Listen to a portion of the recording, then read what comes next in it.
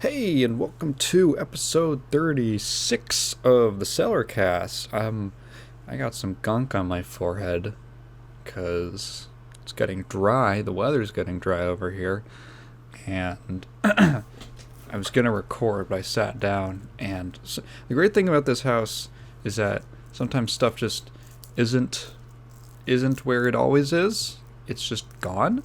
It's somewhere else. So my razor's gone. So I've just been too lazy to look for it because I don't have very intense facial hair growth, and so I had some hair growing in on my face, and I usually like to be clean shaven. I don't really like how I look with facial hair, but I was just letting it happen just because I didn't care, and then I sat down and I was like, oh man, my whole mouth area feels so dry and itchy, so I had to get up and go shave. I grabbed a razor, like the dullest razor possible you've ever found, and I just had to like hack away at my face with it till I'm clean, and then I came back. I put some moisturizer on my face because I got this weird thing. I feel like people's, I guess everyone's skin probably has little differences, but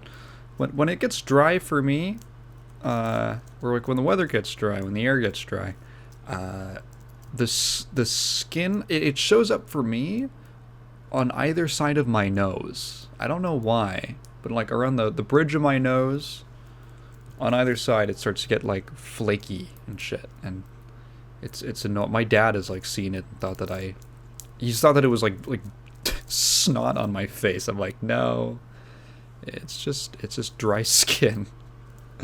So I've been like using moisturizer recently because it looks bad. You can't really tell on camera, but if you saw me in person and we were somewhat near each other,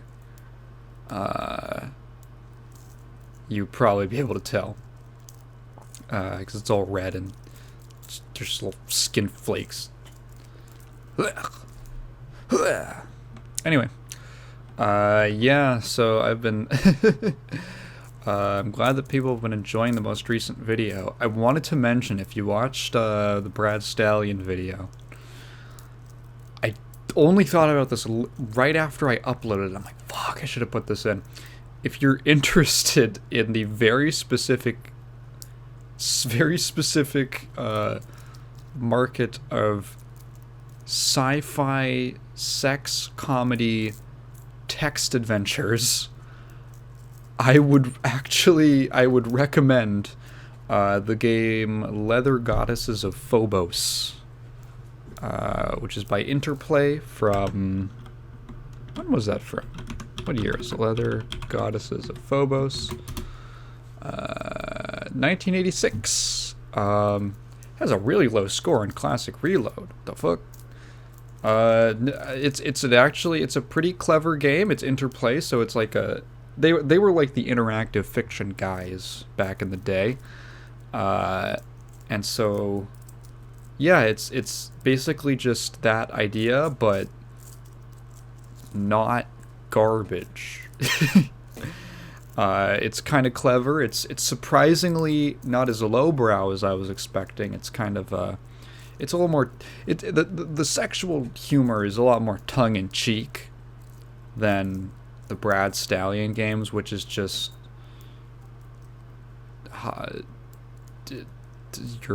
your penis. Yeah. It's fun. It's fun in kind of like a slightly immature way. Never like lowbrow or even like offensive. Or is offensive the right word? Or it's never something you're like, okay.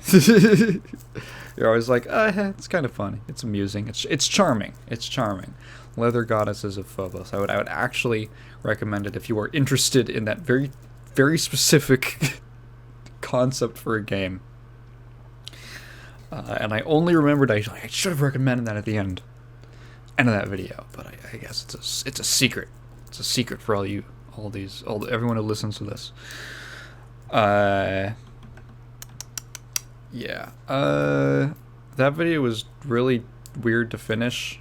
I just kept getting distracted by world events, which is probably not what you come to this podcast to listen hear about. Right? I'm not a geopolitical expert. I'm just a guy. I don't like war. I hope most people don't like war. Yeah, I don't know. I've learned. I don't know. I think my way of coping with things like this is that there's just things that I can't control, and it's a little freeing to kind of think like that. I don't know, to be like, well, I could stress out about it, or I don't know, I could think about it for a bit and move on. It's like, well, what can I do? Anyway, I don't want to get too heavy. I don't want to get too heavy on a show like this. It's also really just not. I don't really feel like talking about it. You know, I can talk about it to like my friends or whatever, but I don't feel like bringing it up on a show where I just talk about fucking farting. That episode was really funny. I'm Kat will be back. She'll be back. Anyway, I want to get on to the comment review. Play a song. So our first comment comes from Lozy. So last time I mentioned that Firefox was being a little persnickety, and it was just freezing up all the time for no reason when I would like load certain things, especially like videos for some reason. I would just open up a video and everything would freeze for like 10 seconds. It was really annoying. And he goes, use Opera or Opera GX Tyke, and it's quite customizable, and according to several tests, is the one that consumes the least RAM. When you have many windows open at the same time, it has built-in add and tracking blocker, and you just have to activate it in the options. Animated themes integration with Twitch. I don't know what WP is. Word processor.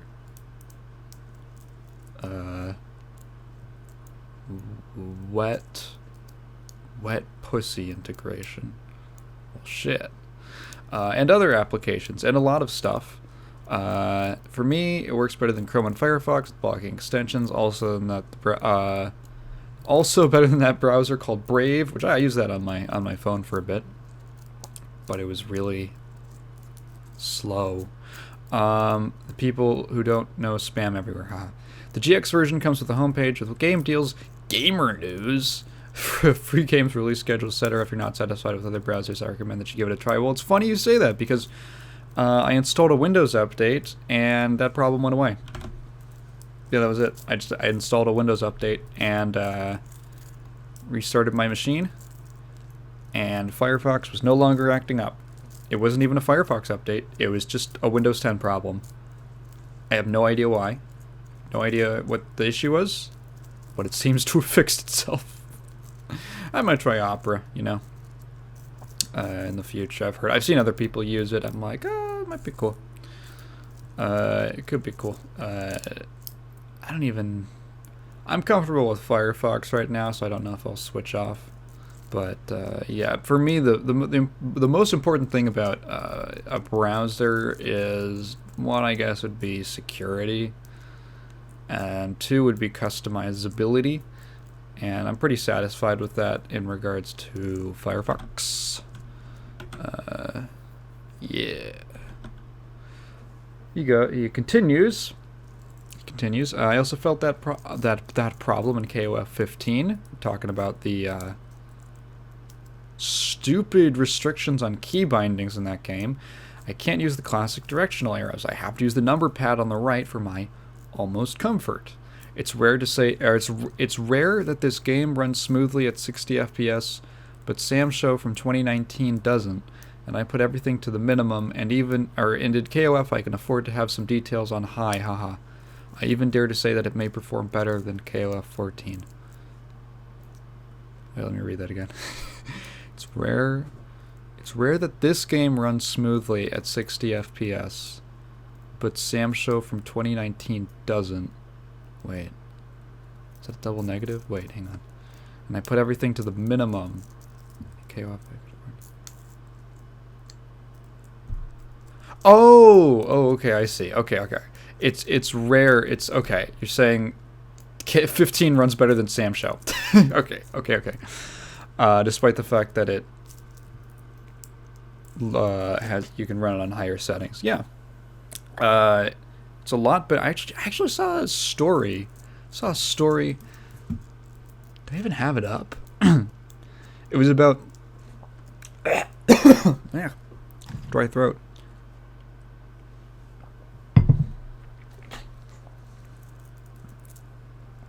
Okay.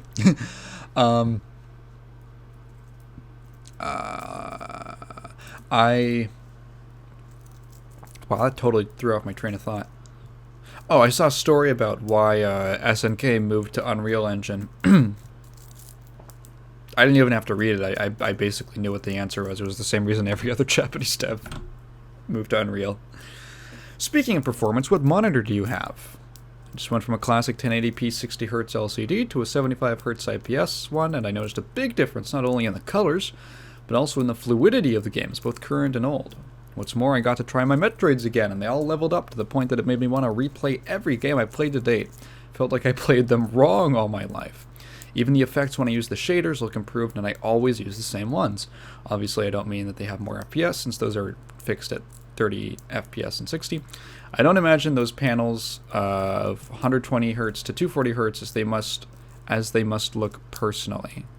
Have you ever felt that way? I'm not quite sure. I don't imagine those panels of 120 Hz to 240 Hz as they must look personally. I'm not quite sure what that question means. Have you ever felt that way?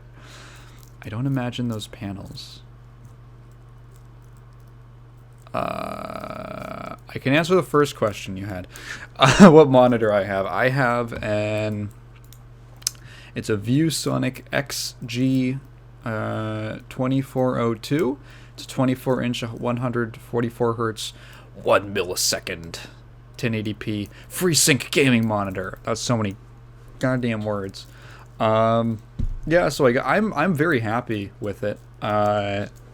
It was quite cheap for the size and the specs, I would say. Might have to do with the fact that it's 1080p and not 4K, but I don't really need, I mean, like, look at the games I play. Do you think I need to play stuff in 4K? Do you think I'm gonna use that? 1080p is just fine for me. The important thing to me was, when I was looking for a monitor, was refresh rate and monitor lag. So this only has one ms and 144 Hz refresh rate. And let me tell you, so when I first, what the fuck? I set an alarm. It just went off. Let me tell you, so when I first got this monitor and I first started using it, after I built my PC, I was like, I just kind of turned it on, and I just figured everything would be at the highest settings by default. No, apparently you have to go into Windows. So I was having this problem where when I was on web pages that were like a lighter color, like white or something, it would have this flickering effect. I was really straining on my eyes. It was really annoying. It would just flicker, like lighter and darker, not like on and off, just like light and like the brightness would flicker. It was really like in sort of a subtle way, but if you looked at it, you're like, it's flickering. What is that? It's getting lighter and darker, just up and down, up and down. So I went and I checked, and I was like, oh, I have Windows settings. I didn't realize it was in like Windows settings. I thought it was just a monitor thing. Shows how much I know about hardware.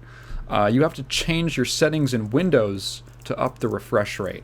So I had to go to my monitor settings in my operating system, and it was on like 60 Hertz refresh rate, and I just bumped it up to 144, which is what the monitor's built for, and it was immediate, and it was shocking, the difference. It was the to the point where I can't go back. I feel weird looking at lower refresh rate monitors because it feels so much more choppy.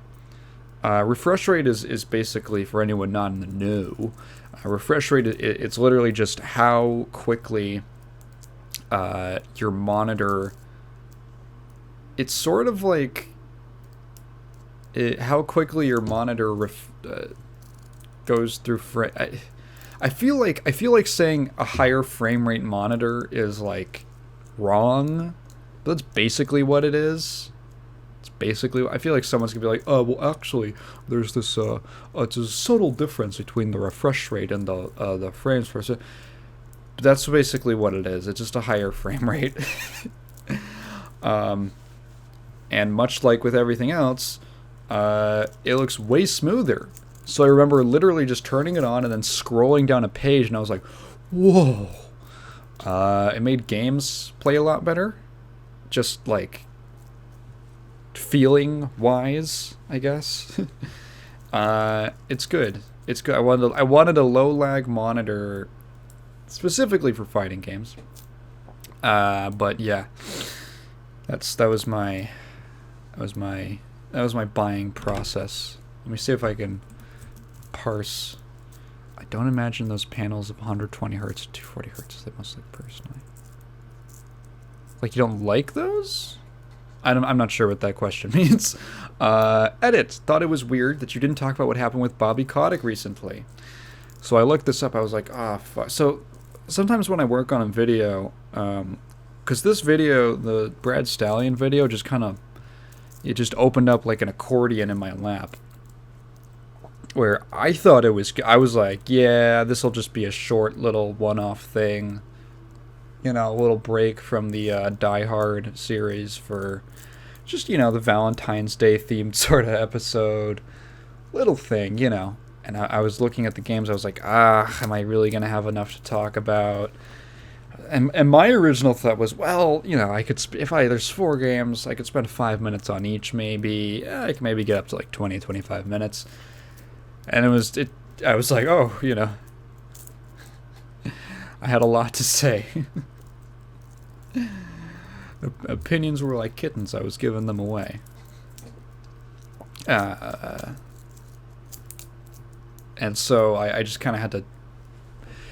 When I work on a big video like that, sometimes I just bury my head in the sand, and I only come up to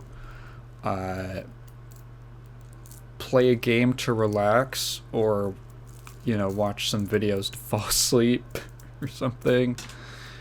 So that's like where my brain was. So I wasn't even paying attention, to be honest. I don't have a ton of news on the docket today to talk about, because there just wasn't that much that interested me. Most news that people have been caring about, it's like, well, Elden Ring came out. I don't really, guys, I don't really care about Elden Ring. I get why other people do. It's just that I don't. I've never played a Souls game before. I have no investment in the series. Outside of, like, yeah, I don't know, I can appreciate it from afar. I've never tried one. I'd probably like it, but I've never tried one. So, the idea, especially with the fact that it's like an open world game, and I just don't really care that much for open world games. I'm like, yeah, well, I'll skip it. I haven't really been paying attention to that. You guys know I'm not a trendy guy. I'm not a trendy guy. So it's Elden Ring and War. That's the 2 news stories. So whenever I pull my head out from the sand, I'm like, Elden Ring and War is happening. Okay. Now I gotta go back in and mosaic censor out some pixel titties.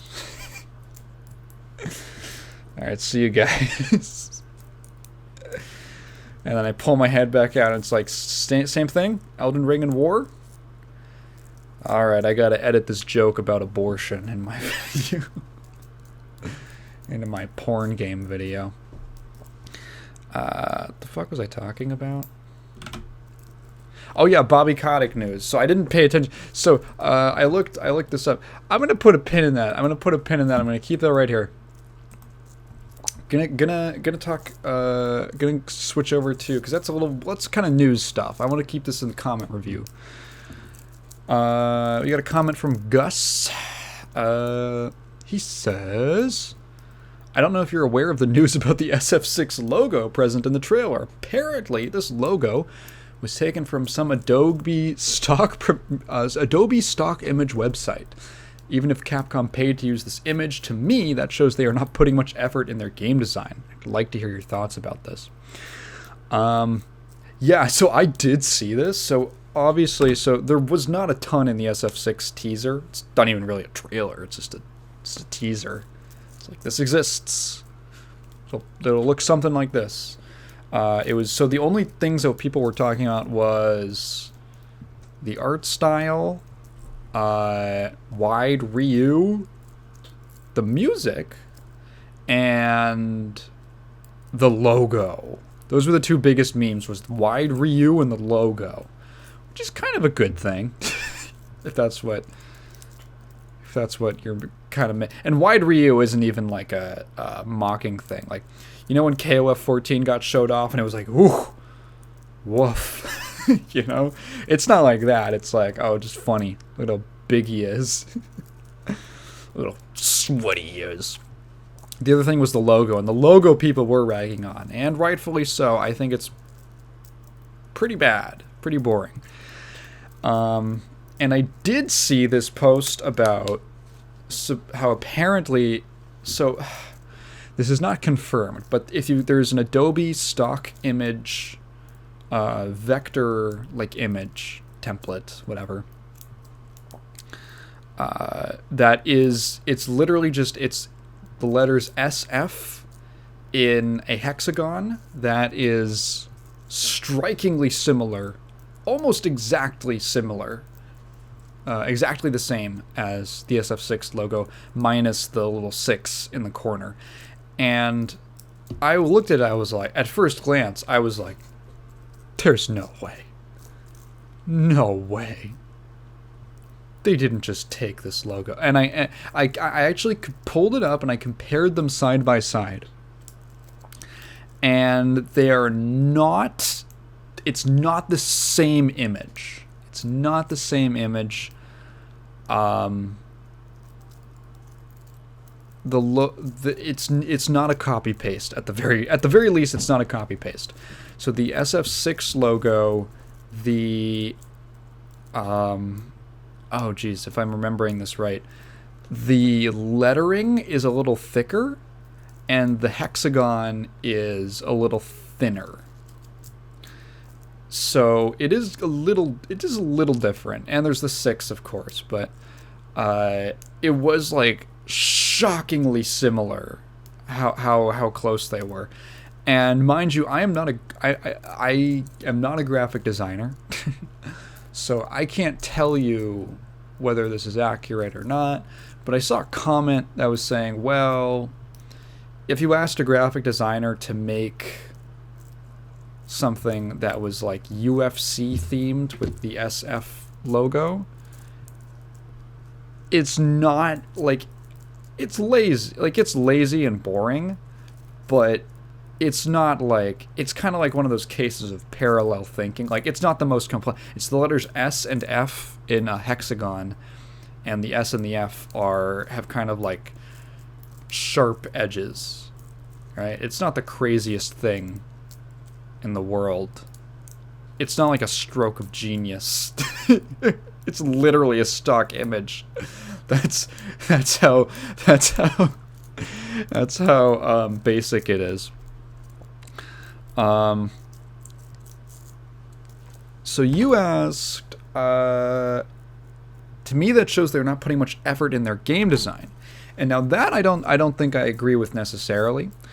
I don't know exactly what the development process is at Capcom, but whoever the logo... Okay, so here's the thing. You can have very talented people in one department, and they're just given bad directions. Like, if this is the final logo, and I think it will be, this probably went through like 100 different revisions, right? This probably went through 100 different revisions. This was not like spat out at the last minute. This logo was probably finalized like a year ago, or really, you know, like a while ago, months ago, you know. So that was the there's 100 designs for this logo that we haven't seen, and this was the one that the executives signed off on, and they said this is the one that we want to use. The marketing guys, the whoever's the lead at the marketing department said this is the logo that we will use, and the graphic designers who had pages and pages and pages of other designs went, okay then, that's the one. There's probably way cooler looking ones, but this is the one that they went with, right? So like here's the thing: is I was thinking about this actually just yesterday.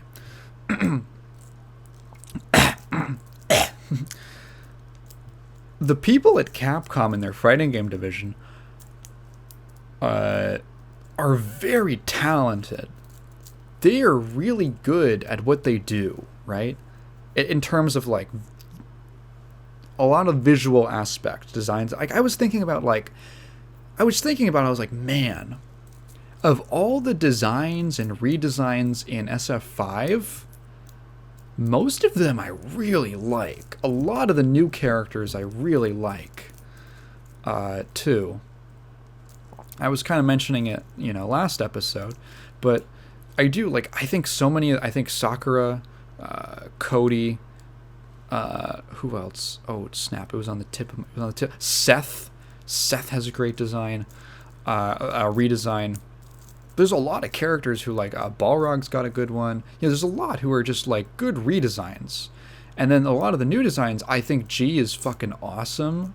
He's so cool and different and weird in a good way, I think.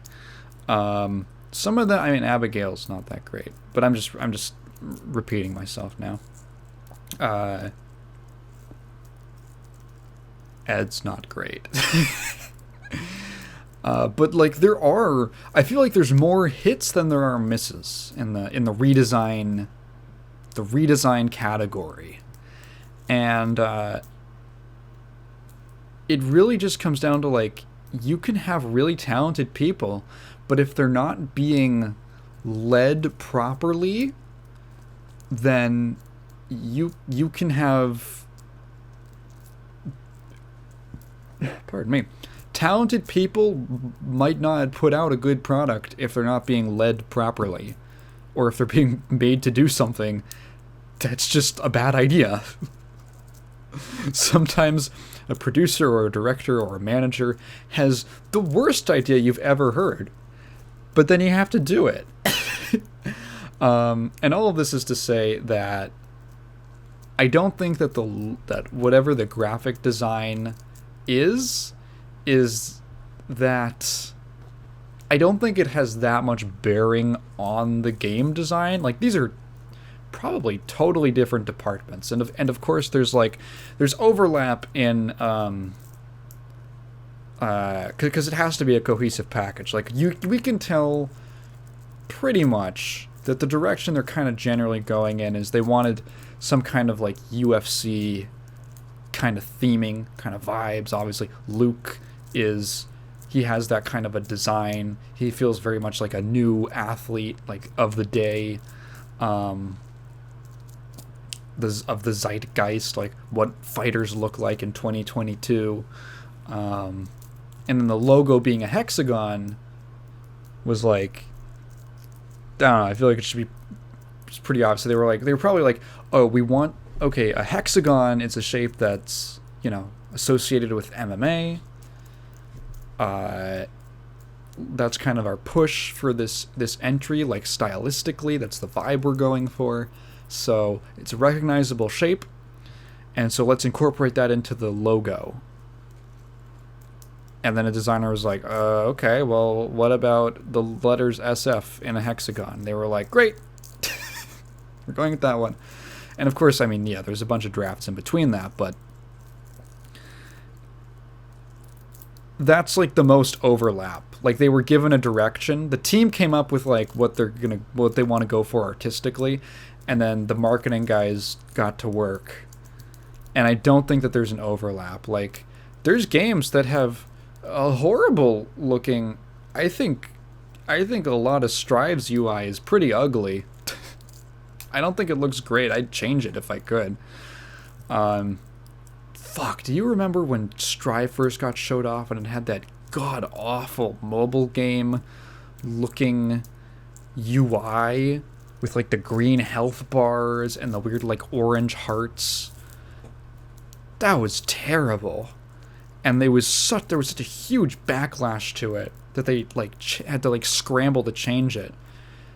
I think the UI designer on Strive is the same guy who, I heard this, I don't know if this is true. I was in a comment that like the guy who designed the UI for Strive is the same guy who did the UI for fucking BlazBlue Cross Tag Battle, which has the worst character select screen ever. It's awful, it's ugly and non-functional. I was like, damn, how the fuck does this guy keep getting work? How does he can't keep getting away with it. He can't keep getting away with it. God, yeah, but gameplay-wise, I think Strive's pretty good. Pretty solid. It's not everyone's cup of tea, but I enjoy it quite a bit for what it is. Like, these things are not super connected. And the truth is that we don't know anything about the game right now besides general visual direction and 2 characters. That's all we know. All right? So I don't think we can make any... It's too early to make any kind of assumptions. So right now I have a cautiously optimistic outlook on the game. Personally, I think that it'll be a much better showing than SF5 was, at least. On release, at least. I think they learned a lot of lessons. I like the guys who are in charge now. There's this really funny thing where when you listen to like fighting game like FGC, kind of like bigger personalities and influencers, there's this funny thing that they do, like people who obviously like they've talked to people in the industry and they have connections and stuff. There's this funny thing when they talk about Capcom's fighting game division where they like can't directly say anything because they don't want to like risk their relationships, which is totally fair. Nothing against that. I get it. But people, they kind of dance around the fact that people fucking hated Yoshinori Ono. There's always this like, you know, there were people in the fighting game division who maybe, you know, maybe it's like, you know, some problems were caused, and it's like Ono was a fucking nightmare and he just screwed shit up for no reason.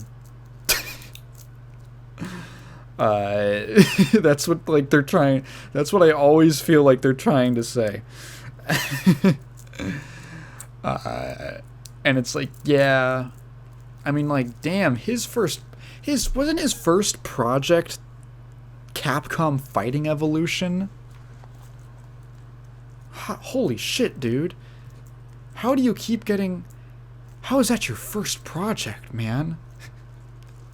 How is that your first He and the guy who did the UI for BB Tag should team up and make the most mismanaged fighting game ever. Yeah. That was... Yeah. That's a fun... Yeah, so in short, I don't know if that logo was actually just. It would be weird to me if it was taken, if it was that low effort. Maybe it was used as a reference. I have no idea, and we'll probably never know, to be honest. But I don't know if it like reflects that poor. I don't know if it really like says anything about the game design. I mean, these are different people, right? Different people working on different things. If it's the same guys who have been working on the most recent updates to 5, I think it could be pretty good, actually. I think it could be night and day. Hopefully what ends up happening is the worst thing we have to say about SF6 is that the logo sucks. You know, that's a good problem to have. It's a decent problem to have. All right, now I'm gonna jump to this Bobby Kotick news. So there's a couple things.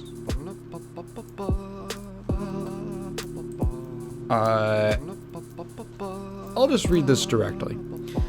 This is from Kotaku, courtesy of Ian Walker. Report: Bobby Kotick has 2 secret companies making big Republican donations. All right. Whew, this is a doozy. I like that the picture they used in this article is Bobby Kotick with DJ Khaled. Oh, because another one. Oh, that's funny. He's got another one.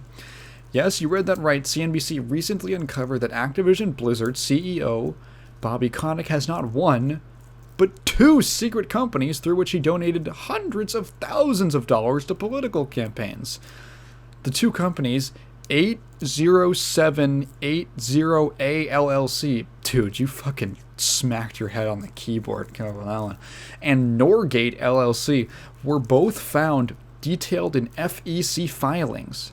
The former listed under the same California address as Kotick's 803011 Foundation. He's just trying to make this like difficult to remember. That's his strategy, so that no one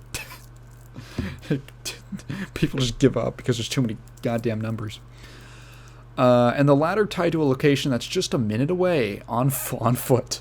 According to Campaign Legal Center, a government watchdog group, Norgate LLC also shares a personal mailbox with Kotick and his foundation.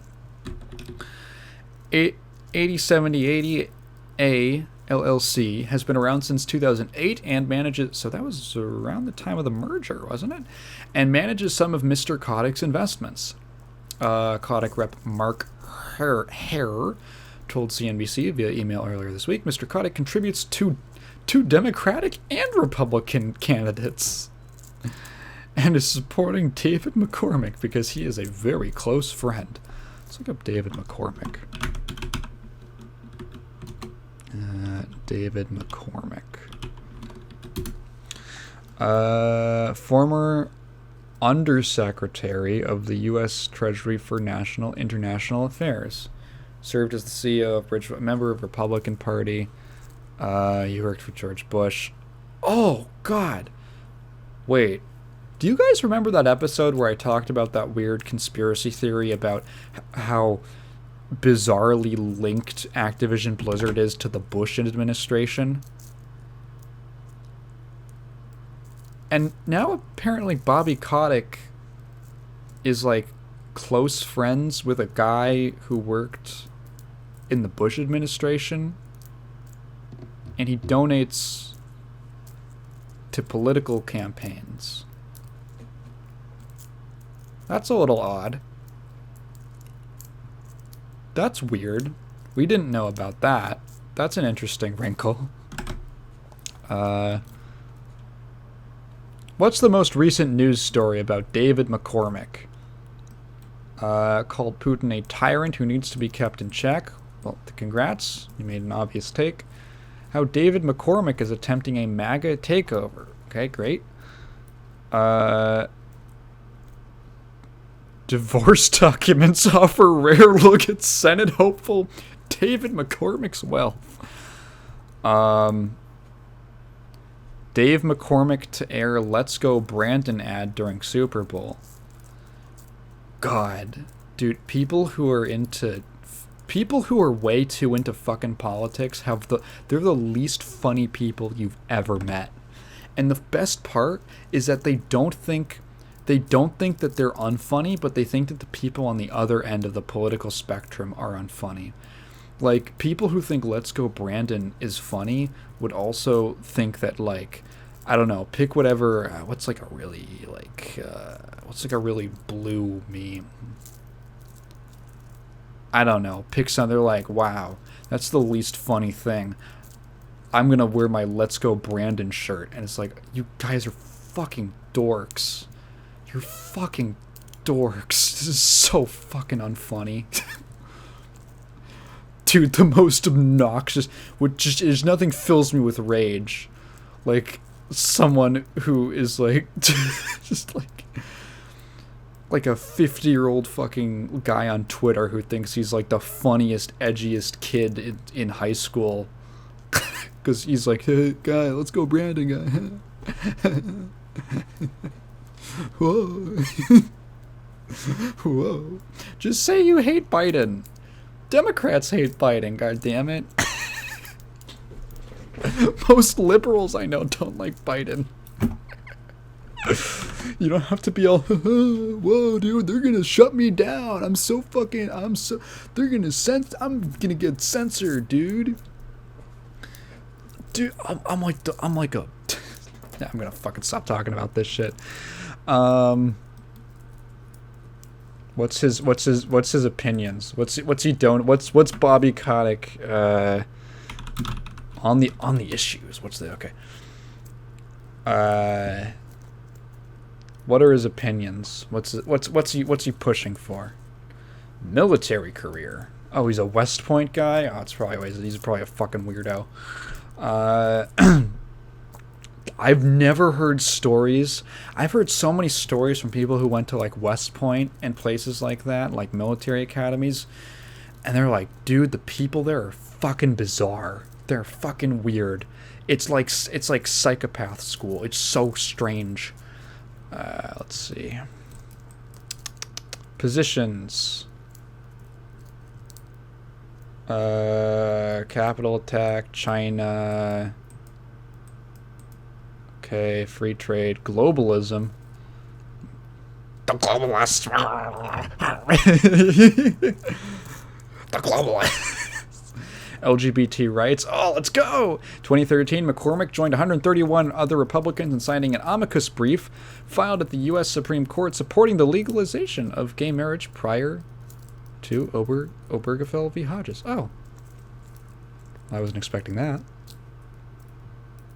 Huh, okay. I'm looking for something that I can call Bobby Kotick out on for supporting. Huh, okay. I was expecting signing an amicus... Wait, what's an amicus brief? When someone who is not a party to a case assists a court by offering information, expertise, or insight. Oh, amicus. Oh, it's an amicus curiae. It means, like, friend help. Okay. Huh. Okay, interesting. I have no idea what the fuck he's for, but it is weird. Anyway, Kotick's lawyer denied that the corporations are secret, given that they are... Dude, you named it 807. You named it like an auto-generated password. They are legitimate, limited liability corporations, lawfully incorporated. I mean, like, no one was questioning that. That's just... Yeah, information is publicly available. Dude, this reminds me of that CSGO gambling thing. Does anyone remember that? When all these CSGO streamers, they had they went on these gambling websites. Who was it? T. Martin and like one other guy. I remember T. Martin because he was the biggest offender because he had like a terrible apology video. That's why I remember him. Because he would basically they would go on these gambling sites where you gamble money on CS:GO skins and knives and shit, and they would win big, and they'd be like, "Whoa, go to CS:GO Lotto." That's what it was called. And then it turns out they own the site. He was the legal, like, not just the owner, he was like the founder of the site. And then he like made a video where he was like, this information was always publicly available. It was never a secret. Here's my dog. Look at this cute dog. And like the point was like, yeah, it doesn't matter that it's publicly available. Obviously, it's publicly available. That's how it was discovered. The problem is that you were promoting this thing without You were promoting this thing saying that people could win without disclosing the fact that you own it and could very easily. That's like just inherently deceptive. Like, if anyone isn't aware, so when you upload a video, this was such a big problem that because people would just try to be sneaky and basically put advertisements and endorsements into stuff that they secretly, like, without disclosing it, essentially, because, well, on TV you don't have to do that, but on the internet it's like different because advertising is different. Like, you know the difference between a television show. Generally, you know, you can tell the difference between a television show and an advertisement. Like, there's a clear distinction. But in like a YouTube video, it's like, well, online, you know, the nature of advertising is very different. Where it's like, well, this video could have an ad, it could not have an ad. There could be a pre-roll ad, you know, like or banner ads on the side. Or sorry, what the fuck? Yeah, there could be a pre-roll ad, and then does that mean there's an endorsement in the video? Does it mean there isn't? You're not, you know, you're allowed to do that. So there's this problem. People just be being sneaky and deceptive and putting advertisements in their videos without telling people, especially people who advertise to children or who had large child audiences. And advertising to children is like a very sensitive legal thing. Like, there's limits on how many ads can be played on TV channels aimed at children, at least in the U.S. Now,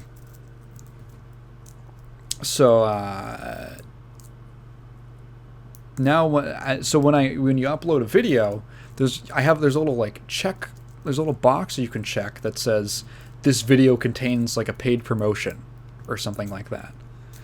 And if I do one of those, and I've never had a sponsorship before, but if I did, I would be legally required to, I think legally required, probably, to check that box.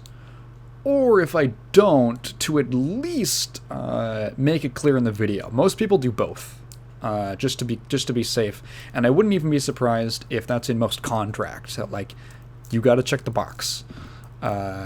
You have to make it clear that this is, you know, this is what's going on. I'm getting way off fucking topic. Talking about Bobby Kotick. Oh, so this deflection saying, well, his companies are publicly available. They're lawfully incorporated. That was never a question, right? No one was assuming that this was a literal, like, shadow Illuminati company that Bobby Kotick owned and unlawfully incorporated. I don't know, like, why saying lawfully incorporated was necessary. Well, I'll tell you why it's necessary. It's to put up a smoke screen of language. It's to distract you from the fact that that's not what we're talking about. So you say, hey, what the fuck? You have these weird political interests that your money's going to? That, you know, maybe consumers might be interested in? You say, whoa, none of this is illegal. And you think people are going to go, well, so all these people who don't think about it that hard are going to go, well, it's not illegal, but we don't do that here. This is a deflection. Mr. Kotick established these corporations for the banal, legitimate, and completely lawful purpose of managing his investments. No one was questioning that. No one was questioning that. No one was questioning whether it was lawful or not. It's about whether it's ethical.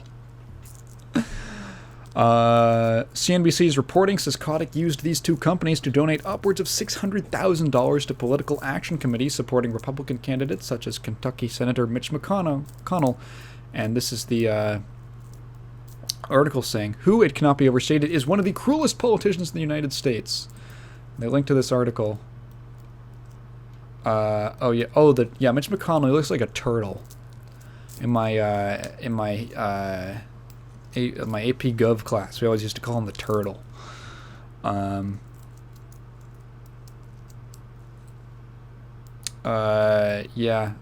McConnell is just a fucking rich guy who doesn't like giving. He just wants it all for fucking self. He wants more fucking money. Just fucking squeeze more of the fucking top to me.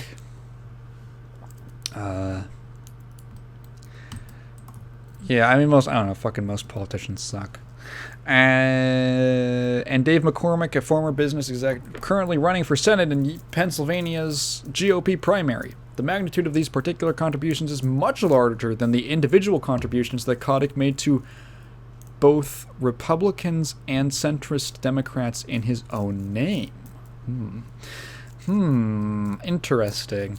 Kotick's lawyer said he has donated roughly the same amount to Democratic political candidates as he had to Republican political candidates.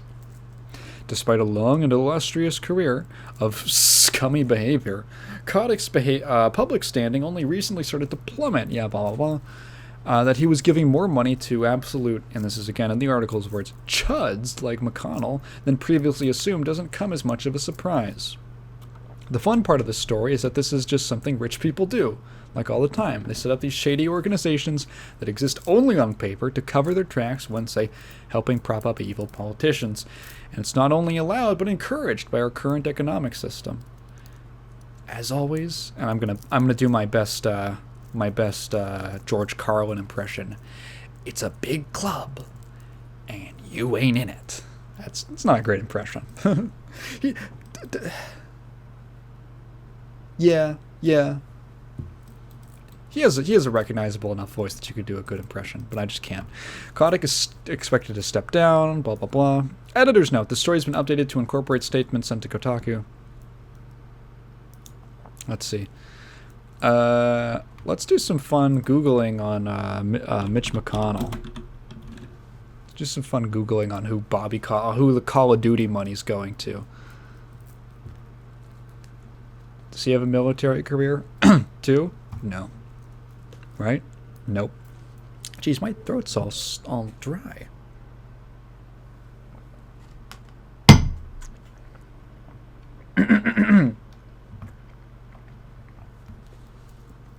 Political positions. Let's see. There's an entire article called "The Political Positions of Mitch McConnell." Ooh. Here's a fun one to start off with. 9/11 first responders. In 2010, McConnell voted against the Zadroga Act, which was designed to provide medical treatment for 9/11 first responders who experienced health complications related to the 9/11 terrorist attacks. McConnell refused to support the bill unless the Bush tax cuts were extended first. In 2015, McConnell blocked legislation seeking to replenish funds for the 9/11 responders so that it could not go up for a vote in the Senate. McConnell refused to support the bill unless legislation was also passed to lift a U.S. ban on oil exports. Holy shit. What an evil person. Do I even need to say anything else? There were firefighters who went into the fucking smoke on 9/11 to save people, and they got cancer from it, being honest American heroes. And when there was a movement to help them, to repay them, to help pay for their medical costs for the cost of their bravery, McConnell was like, well, I don't want to give them any money until I can make before I can give you that, I'm gonna need some more money. I'm gonna need a little more money. Let's see. Campaign finance. Ooh, Bobby Kotick related. McConnell led opposition to stricter campaign finance regulations. I wonder why. Civil rights. In January 1988, McConnell voted against the Civil Rights Restoration Act of 1987. The bill passed and President Reagan vetoed the bill. McConnell voted against the override attempt by the Senate in March. The veto was overridden and the bill became law regardless. What is this? I'm not... legislative act that specifies the recipients of federal funds must comply with civil rights laws in all areas, not just in the particular program or blah, blah, blah. So what does this do? Hang on. An act to restore the broad scope of coverage and to clarify the application of Title IX and Title VI. The Age Discrimination Act. Recipients of federal funds, so people on federal funds have to comply with civil rights laws, not just in the particular. Oh, okay, so it's just you have to follow other civil rights laws, and he voted against it. Why? Why? It was an abortion thing. All right, that makes sense. That makes sense for Mitchie. Criminal justice reform. In late 2018, McConnell stalled the passage of the First Step Act, a bipartisan criminal justice reform bill in the Senate. Here's a funny thing. So I actually, when I was a senior in high school, I had to do a theology thing on a social justice topic. So we had a bunch of different topics that we could have chosen. It was everything from like food shortages to education. I chose, me and my partner chose mass incarceration. So I ended up interviewing this like professor. You can actually, if you go to my website, my like WordPress blog, you can still find the interview that I did with this professor who's like prison reform activist. And in that, he told me, I remember he told me about the First Step Act. Basically because, that was a very eye-opening project for me to work on, because I basically kind of realized that a lot of the ways, the processes by which people are imprisoned in the U.S. is kind of busted as fuck and is largely just kind of for profit. And even when it's supposedly non-biased and altruistic, it's still biased. It's like it's really fucking bad, and it makes no sense. And it's kind of it's practically arbitrary the way that people are incarcerated, in some cases. So the First Step Act was something that was supposed to. It was a first step towards, because it's a long process. It's going to be a long process to fix the prison system in the U.S. And the First Step Act was the first step. That was the idea. And he was like, nope. I'm voting against it. He stalled the passage. Democratic Senators Dick Durbin and Kamala Harris stated that McConnell was the only impediment to the bill's passage. He loves locking people up. He hates civil rights. He loves getting money. He hates people who died in 9/11. Environment. Oh, let's look at another one. Mind you, Bobby Kotick has donated $600,000 to him. In 1992, after the Intergovernmental Panel on Climate Change had found conclusive evidence that human activities significantly contribute to climate change, McConnell claimed that there was, quote, no conclusive evidence of significant long-term global warming, that there was no scientific consensus on the subject, misleadingly claimed that scientists were alarmed about global cooling in the 1970s, and that climate change mitigation would be the most expensive attack on jobs and the economy in this country. 2014, McConnell continued to deny that climate change is a problem, telling the Cincinnati Enquirer board, I'm not a scientist. I am interested in protecting Kentucky's economy. I'm interested in having low-cost electricity. I wonder why. I wonder why. I wonder what... You always look at, like, every single opinion he has, and it's always like, I wonder why. Is it because this thing makes you more money? Just because I care about the economy of Kentucky. What else? McConnell opposed the Biden's plan to withdraw U.S. troops from Afghanistan. I'm shocked. McConnell supported the Iraq war troop surge of 2007. I'm shocked.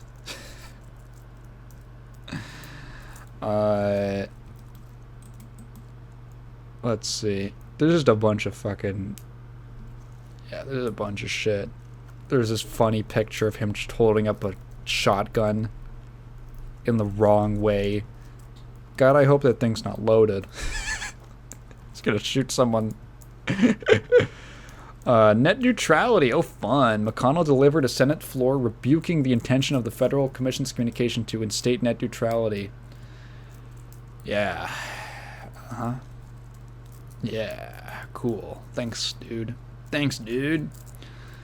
Tobacco. According to an NPR investigation of McConnell's relationship with the tobacco industry, McConnell repeatedly cast doubt on the health consequences of smoking, repeated industry talking points word for word, attacked federal regulators, and opposed bipartisan at the industry's request, and opposed bipartisan tobacco regulations going back decades.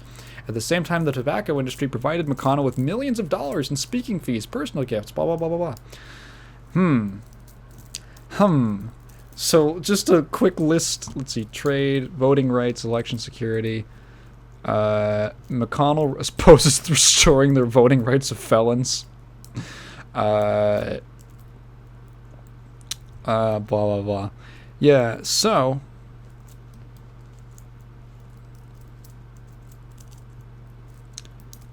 let's go through a couple things that Bobby Kotick is supporting. The deaths of 9/11 first responders. Unregulated campaign financing, being against civil rights, criminal justice reform. There's a bunch of fucking economy stuff I'm not gonna read. Global warming, war, just war, anti-net neutrality. Tobacco deaths, cancer, lung cancer deaths. This is a short list of things that Bobby Kotick supports, that he loves, and I can't say I'm shocked because these guys seem like two peas in a pod. Let's see. In response to McConnell's blocking election security bills, he has been sarcastically nicknamed Moscow Mitch, with the hashtag Moscow Mitch McTreason having trended on Twitter. God, that's like the Let's Go Brandon for Democrats. Fuck. Moscow Mitch McTreason? Oh my god. I can see the 40-year-old liberal arts major being like, Moscow Mitch McTreason. Oh, jeez Louise. This is a short list of things that Bobby Kotick loves. I can't believe, on top of Bobby Kotick loving, like, Jeffrey Epstein, big Epstein fan, big fan of threatening murder, big fan of sexual harassment. He also loves killing 9/11 first responders and smokers. If I was in a room with Hitler and a smoker and I had a gun with 2 bullets in it, I'd shoot Hitler twice, and because I'd stuff 20,000 cigarettes down the smoker's throat to kill him first. I'd beat the cancer-ridden firefighter to death with my own hands. I'd fucking do it. For oil. He really is the devil. I'm gonna just call him the devil. Bobby the Devil Kotick. Bobby, friend of Jeffrey Epstein. Bobby the Devil, friend of Jeffrey Epstein Kotick. Murderer Kotick. Bobby, murder-threatening, homicidal Bobby. Holy cannoli. Is there another one? I guess that's okay, yeah. So yeah, if that answers your question, Lozy, about the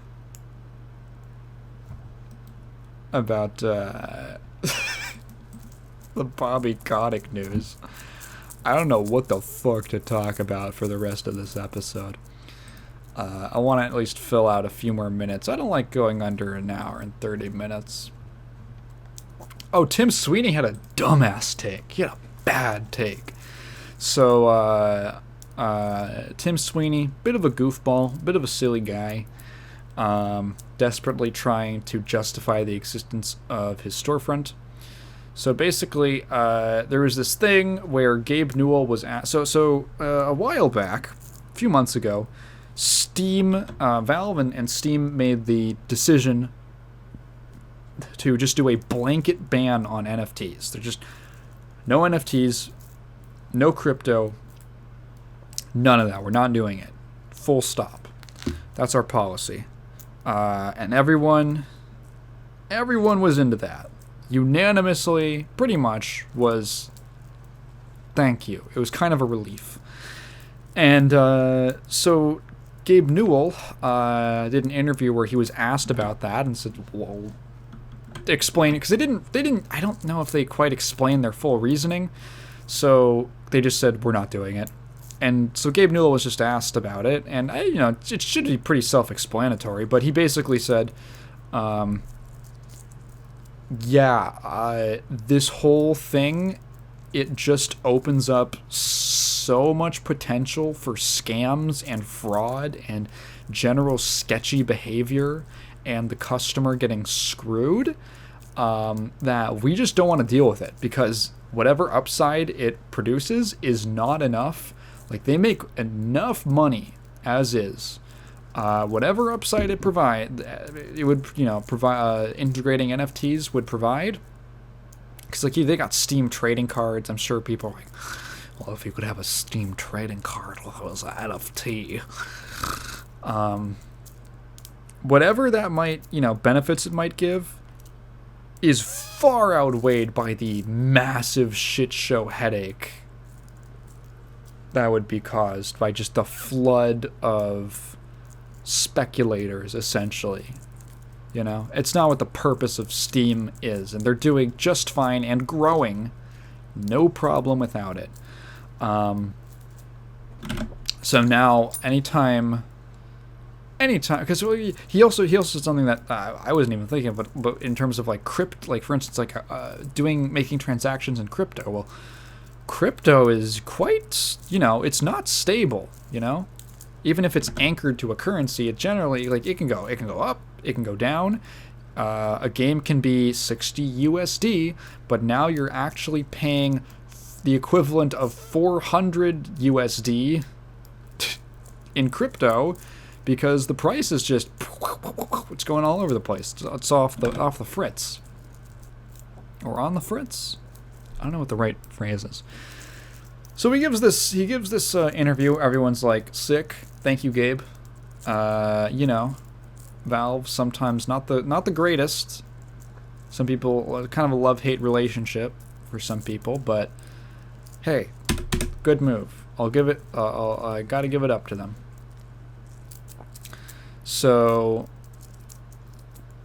does the Epic Store have NFTs? Hang on, Epic Store NFTs. Fuck. Epic Game Store will welcome NFT games. This is back in October. God damn. Was I even doing the podcast back then? Yeah. So yeah, this was right after Epic was like, we'll do NFTs.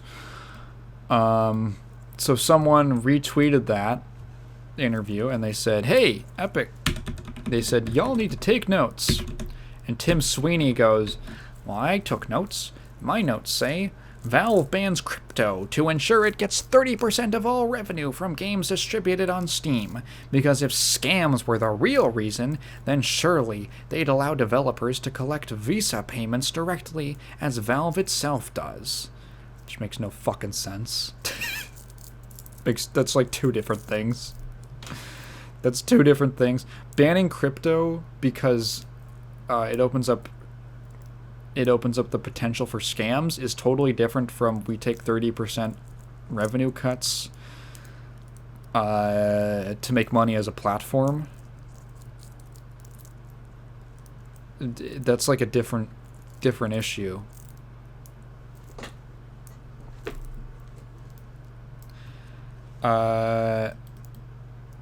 So someone replies, so he says, what do y'all's notes say? Someone replies that Gabe actually did his research instead of listening to a yes men that refused to mention the consequences of the scam and how it deeply impacts artists negatively and harms the planet a lot worse than normal energy using machines. But that's too much for you, I know.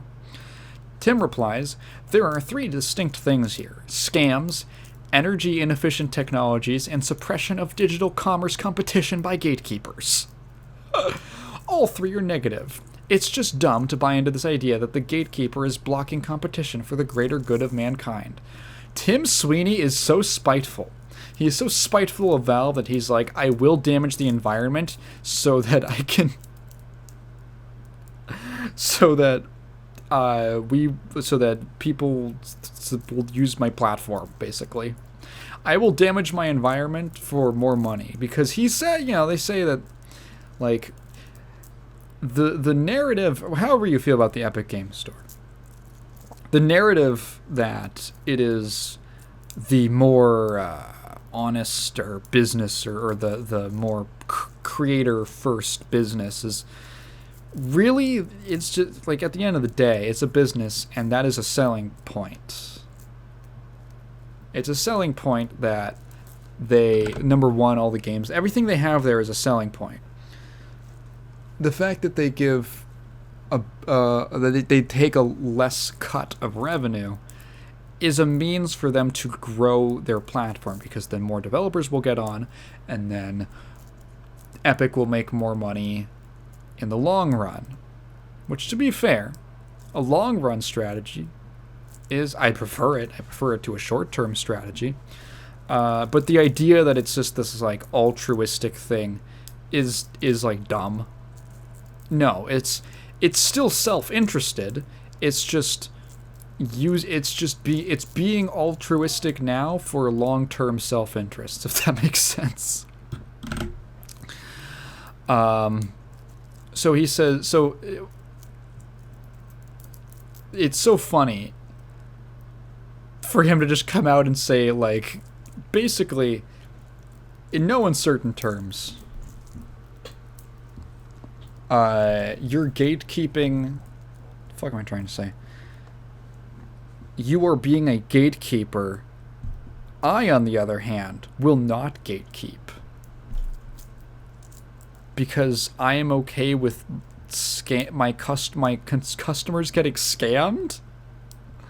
He says all three are negative, so what the... I guess he's maybe not saying that... Okay, here's the problem. This would be fine if Epic did not say that they were totally down for NFTs. Because you can make like you can make an argument that, like, I don't read Valve as being very self-righteous here. But Sweeney is kind of imparting that onto them. Maybe it's projection, Maybe it's insecurity. Like when you tell people that you don't drink, and they're like, oh, you think you're better than me? Oh, you don't use NFTs? You think you're better than me? It's like, I never said that. It's not why.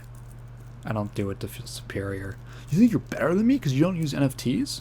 But let's say that you go with a slightly bad faith argument, and you assume that Valve is doing it for the greater good of mankind, or they're acting like it, when in reality it's because they want to make more money, as if you yourself don't do what you do to make more money, or accept NFTs to make more money. Every fucking time anything Steam related comes up, Sweeney is like, 30% revenue, 30% revenue cut. It's like in his sleep, he's like, 30% revenue cut, 30% revenue cut. I wonder if we go to Tim's, what's his most recent thing? See if we can find Tim Sweeney. How far down do I have to go to find a mention of the 30%?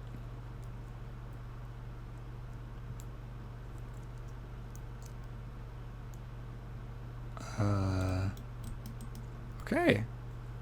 Okay, not too far. Not too far. Or not too I'm not seeing it. Okay.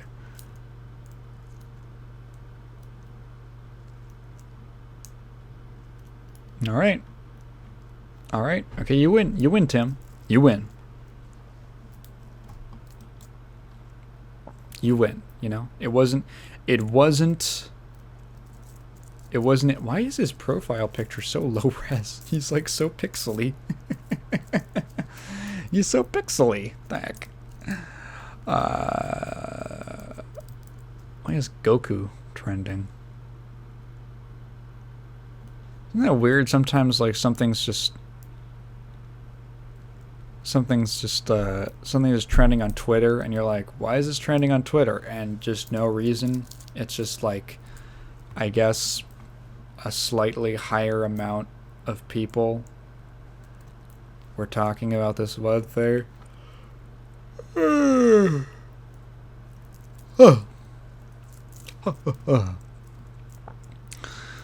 Let's see, how much more time do we got? How can I pad for 15 minutes? I beat I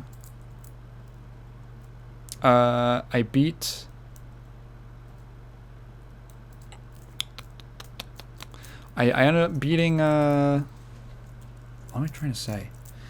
Risk Your Reign 2. I finally beat the game myself once, without any help. I did it. I was on the medium difficulty, or the normal difficulty, I guess. And, I beat it all I beat it twice, in fact. And it's like, I don't know what happened. Sometimes you just get better at stuff without even through just doing it a lot. I remember, like, I'd never really played a shooter until TF2.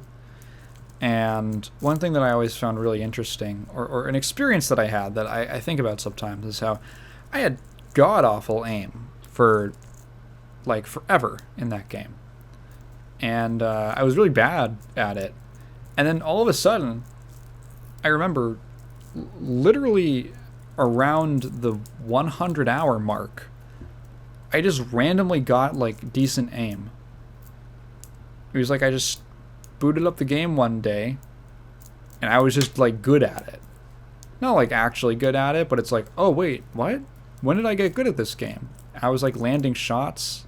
I was, like, able to actually, like, snipe people. I was, like, I don't know, it's just, like, my game sense just subconsciously leveled up. It just increased. Some skills are just, you just get it after a certain period of time. I've had that with combos in fighting games, where it's like I literally just have to sleep on it, and then I do it, I grind it. Like I was practicing in Skullgirls, which was the first fighting I ever really tried to learn. And I remember when I picked up Double, and I was trying to learn her barrel loop combo, and I just could not do it. It has a very weird specific timing with the reset, the way that the loop works. There's like an attack that hits twice, and the second hit is on a delay, and it's like a disjointed projectile, and you have to use you have to use the extra. You have to time it such that you recover, and then the enemy gets hit by the projectile as it's falling back down, and then that gives you enough time to do like restart the launcher combo, all that shit. Anyway, I could not get the timing down. I was like, how the hell does this work? And then I just went to sleep, and then I woke up the next day and I could do it, like really easily, like the first or second try. I was like, whoa. I booted up Plus R yesterday without having played it in a minute, and I'm always trying to learn how to do backdash cancels on Slayer, and I was just able to do it. I was like, what the fuck? What the fuck? Only on the left side, but you know, I can only do it facing right, but I can do it. Holy shit. Like on command. Like the rhythm is it's in there, you know. It's pop up. That's the rhythm of the backdash cancel. So it's like, oh shit, maybe I can try actually using this in game. It was like kind of early, like really early in the morning, so there wasn't really anyone online, but I was like, oh. I was in training mode. I was like, oh shit. I can just do this now. What the hell? So same thing with Risk Roar 2. I beat the first character I beat the game with was Multi. Multi's cool. I didn't like him at first, or it. I don't know. It's a robot. I didn't like Multi that much at first, and then its kit really grew on me. Multi's a little robot, and all of its weapons and abilities and stuff are all kind of based around these sort of like industrial kind of weaponry, or like repurposed industrial materials.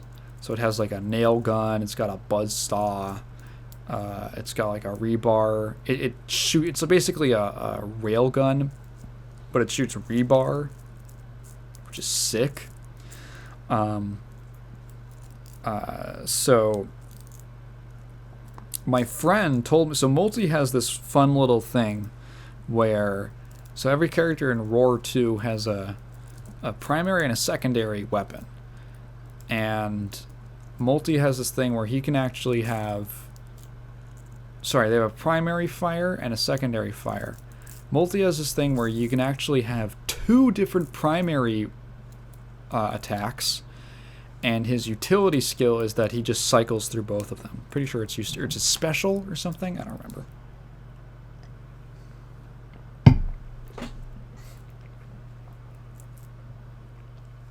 So I thought that they had to be different.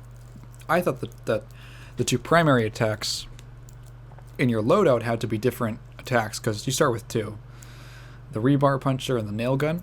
And then my friend told me, oh no, you can actually set both of them to rebar puncher. And there was apparently a really broken strategy with Multi where, so the way that the rebar puncher works is that you shoot this bolt, and it does big damage, but after you shoot it, there's a really long reload time. And after you shoot, there's a period where you cannot switch weapons. So when you switch, there's like a short delay. There's a short bit of recovery before you can fire. Really short. And then after you shoot the rebar puncher, it has to, basically the crosshair, like, it gets fully extended all the way out, and it's just stuck there, and during that time you cannot switch weapons, and then it starts like cranking back in as the next piece of rebar gets loaded in. And so there was this apparently broken strategy where you would just equip both primaries to be rebar, and then you would just quick swap between them, and it would reset. You would cancel out the recovery from shooting, and you would just be able to pump out damage. And apparently they fixed it, so they added this like delay where you can't switch weapons. However, if you get like one attack speed item, it starts getting, the reload time gets cut down really far, and then if you get like another, if the more attack speed, basically attack speed is busted on it because it just massively increases how many your swap speed. So you could just boo boo boo boo boo boo boo boo boo, just constantly pumping these shots out, doing like a ton of damage. And I grew to appreciate it. I grew to find it quite fun to do that. I had to rebind. By default, the special is on R, the R key. I rebinded it to mouse 3 because I couldn't move around if I had to keep my finger pressed down on R. So now I could strafe around and just do ridiculous amounts of damage with like a single attack speed item, and just scales up and up and up. And it's really fun. God damn, that style is really fun. And that's how I beat the boss. Then the second time I beat the boss was with Acrid, who is a lizard guy, his whole deal is just damage over time and poison effects. And I thought it was kind of like slow and boring at first. I did get some really strong items, like high tier items that helped me a lot. Basically, Acrid is really good at just doing a bunch of damage consistently, not in like a burst, but you can do a lot of damage to like a lot of enemies, and it'll build up. It will stack up over time. So that's how I literally just dotted. I just dotted the final boss to death, and it was actually quite easy. Yeah, so I'm getting under my belt. I still haven't beat the game on Monsoon, which is the hard mode, but I'm working my way up there and having a good time. And it's fun to be going through and still finding stuff that's new. Like, I'm getting achievements, and once you unlock so there's like a bunch of items that can appear, or there's items that are basically locked from appearing until you meet certain requirements, usually like an achievement. And so I'm just, I'm still getting like, now I'm kind of looking, I'm almost doing like an achievement hunting thing where I'm looking at like, okay, what item, because it tells you which achievements you need to get to unlock a mystery item. I could probably look it up on the wiki, but I don't want to know what it is until I unlock it. So I'm just looking at like the log book. I'm like, okay, let me go for this next time. And there's just so much content. It's a very like rewarding game to just go back to and really delve into, even when you feel like I thought that I was like sort of done with it, or that I'd basically seen most of it, and now I'm kind of realizing that I really haven't. And it's getting a DLC soon with like I think 2 new characters at least, and a bunch of new content, so I might actually check that out. I don't think I really have anything left that I want to talk about. Oh, En-Eins Perfekwelt is getting a sequel. What the fuck?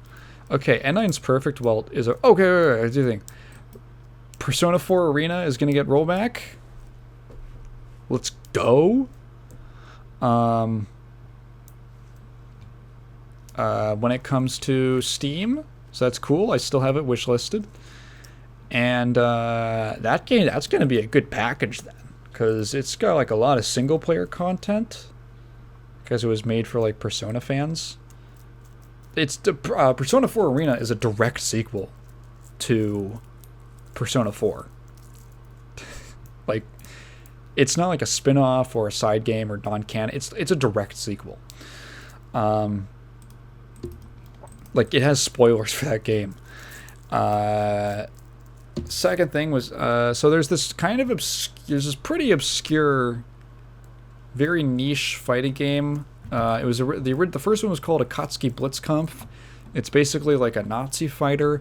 They're not really Nazis, but they look like Nazis. I think only one character is actually a Nazi. And I've heard, I haven't been able to play it because I don't know how. I tried to find, I don't even know how to download the game.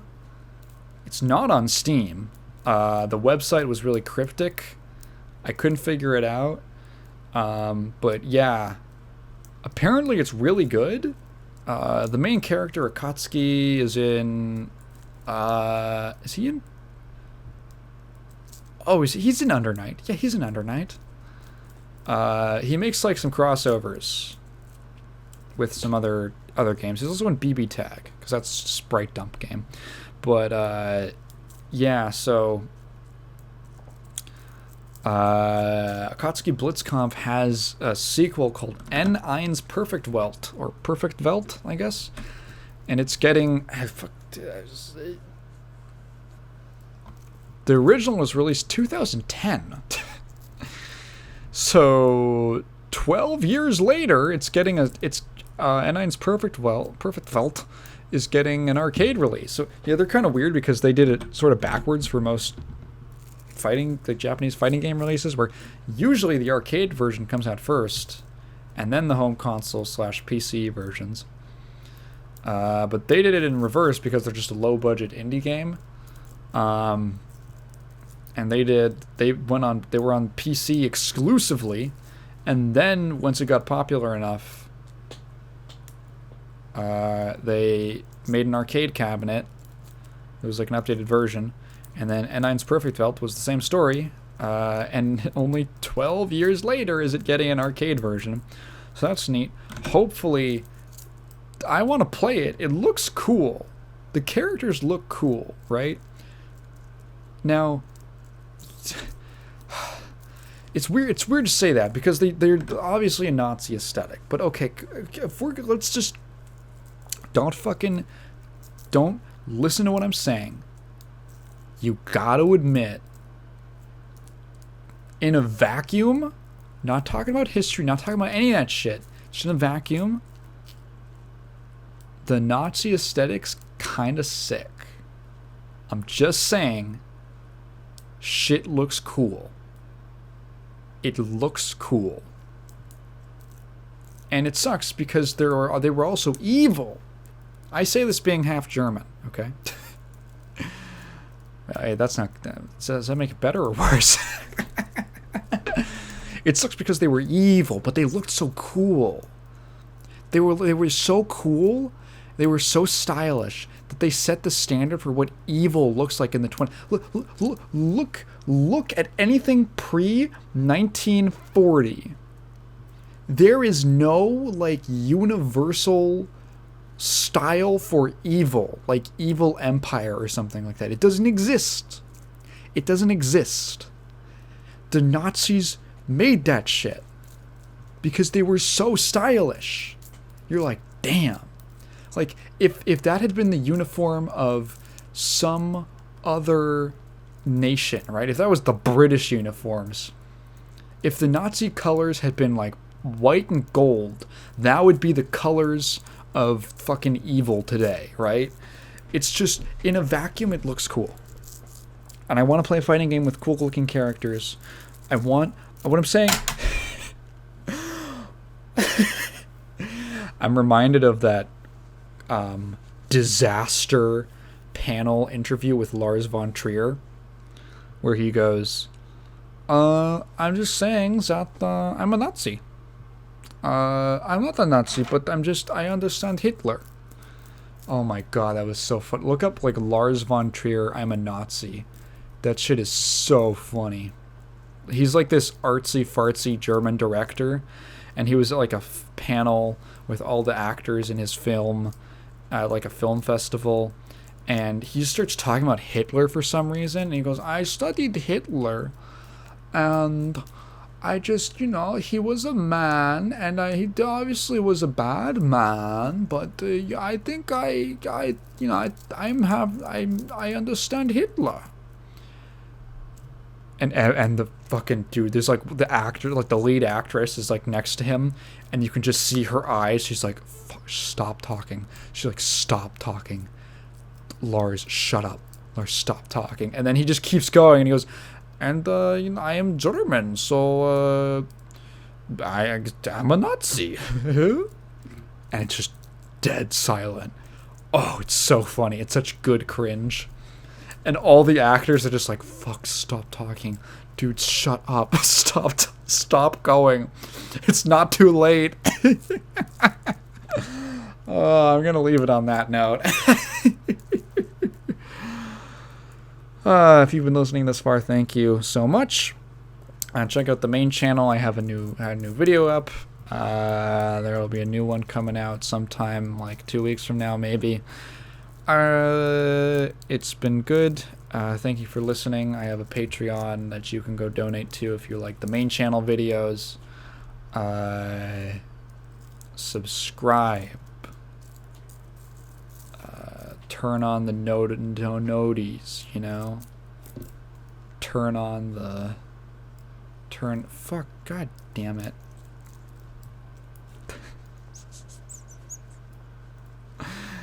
Oh, I sound stupid.